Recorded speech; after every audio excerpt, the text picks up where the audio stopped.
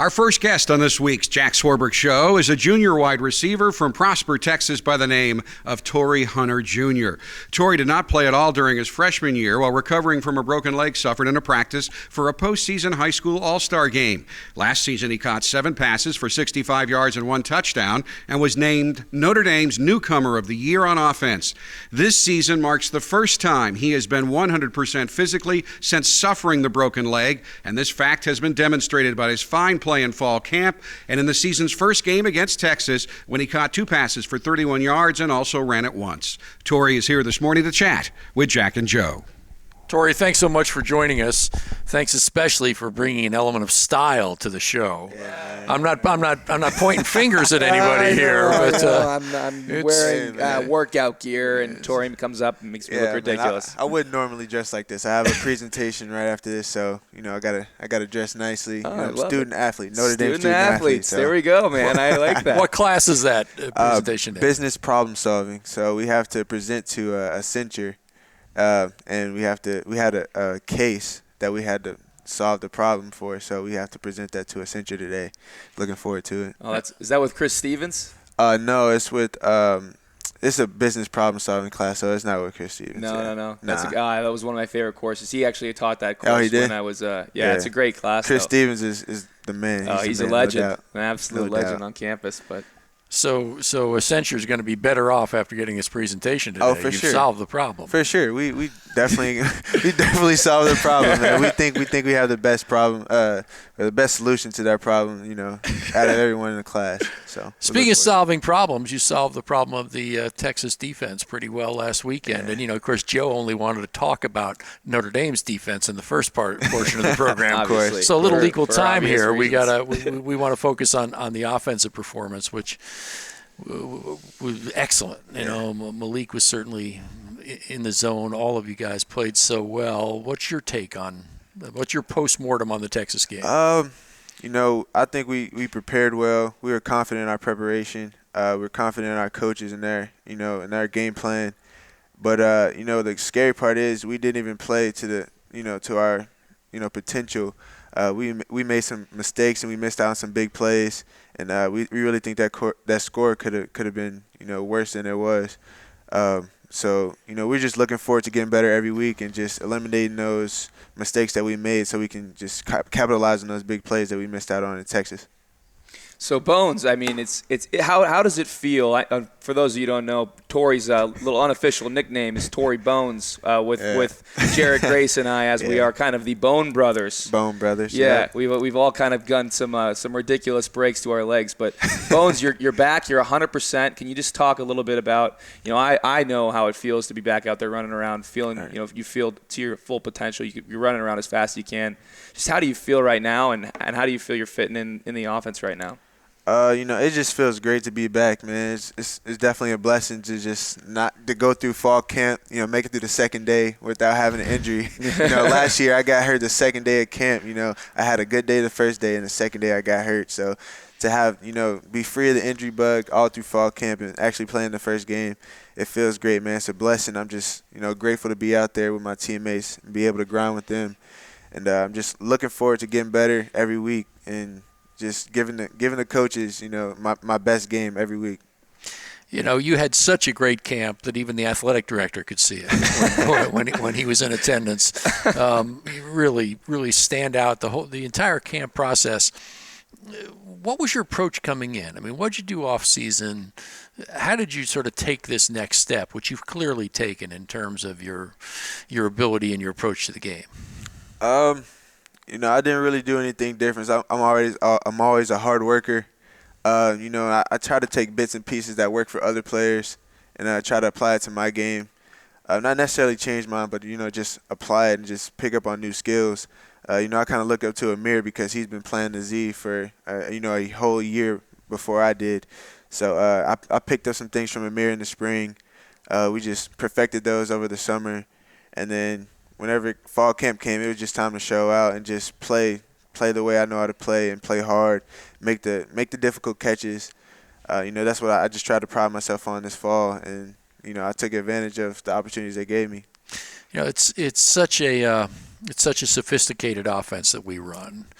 What are the challenges of learning it? I mean, how much of it, how much sight adjustment happens when you get to the line of scrimmage? What sort of decisions are you making after the play's been called and before it's executed? Right. Especially in the Z position, we have to read a lot of coverages on the fly, even like after the ball is snapped. Some teams disguise. Our team disguises. A little bit of disguise. Yeah, disguises pretty well. So we kind of have to read on the fly, and that's probably one of the hardest parts. First off, coming in as a freshman is just learning the signals and the concepts. The signals, we have a lot of signals and stuff like that. Once you learn those, then you can start focusing on the sight adjust and all those different things. And then after that, learning how to run your route after it's a sight adjust, against different coverages, different types of players. So there's a lot that goes into it. And, I think that's what is making our wide receiver group so good this year, is because we're starting to reach that level of, mastery, for different defenses. When I think about our offense and our receiving core, I think versatility, and I know we put a premium on versatility. Right. And really, I mean, for someone that plays against you every single day, I know you are one of the most versatile people out there. You can block, you can catch, you can come into the backfield, run jet sweeps. You can do just about everything the offense wants you to do, and you play baseball. And so it's unbelievable how much you can do. So I mean, just kind of talk a little bit about how you're able to kind of gain like a mastery over all of those different things. And it's so difficult even to just do one thing. You just talked about sight adjust. There's no way I could ever do that. So how are you able to kind of come into your own doing all that and playing baseball here at the University of Notre Dame? Yeah. I've always been like a really observant person, and I can look at something and then just kind of go do it. I guess that's just a blessing. Yeah. Blessing, really, just to be that type of athlete, to go see something and just go do it. And I think that's really kind of helped me out for baseball. I can watch somebody swing and then go in the cage and then try to go do it and perfect my own swing.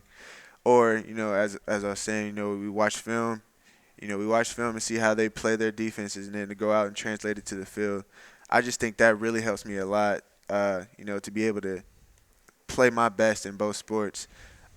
That I can pick up on things easily, and I'm very coachable. So that really helps out a lot, no doubt. Interesting dynamic, of course, with a father who's such an accomplished professional athlete, right.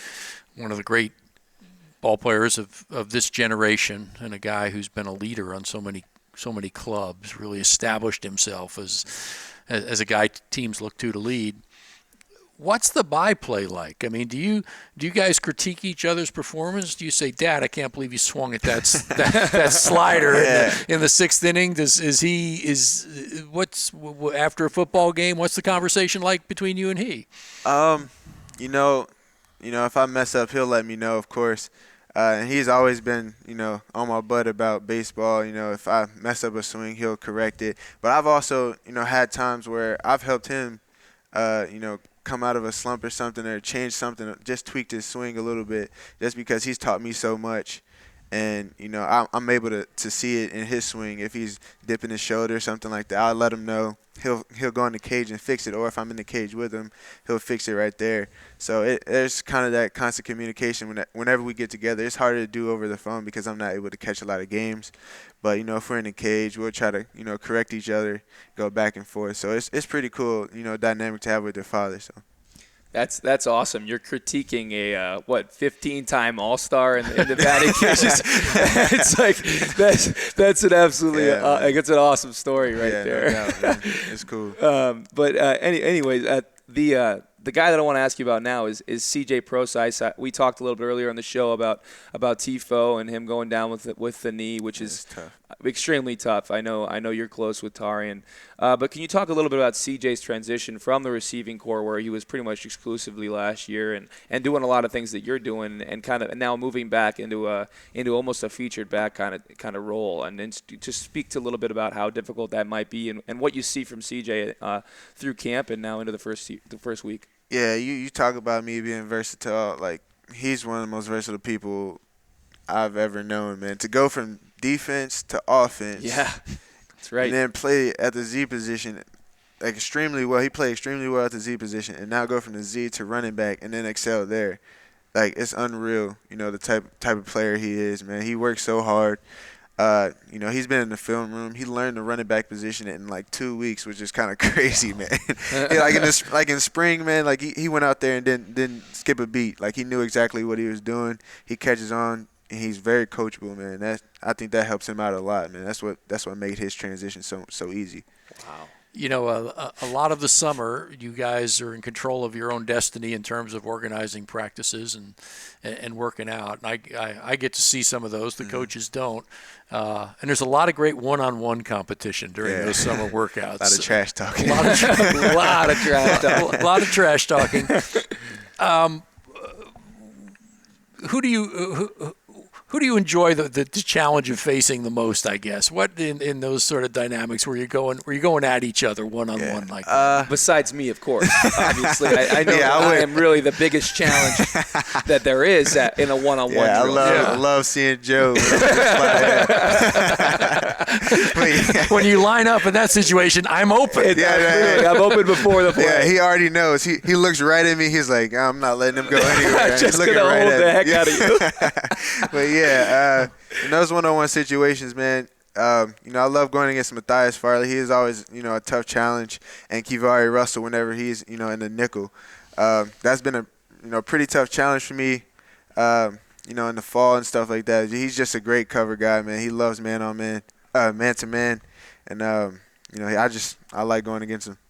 We're going to have to let you go here, but Okay. Joe and I started by talking about the first episode of the Showtime show. Mm-hmm. What were your impressions? I thought it was really well put together, man. I didn't know how it was going to turn out. You know, at first it kind of seemed like a little invasive, but you know, as time went on, you know, those guys are cool. They don't even, you know, get in the way that much. You just kind of get used to them. You don't even know they're there at practice.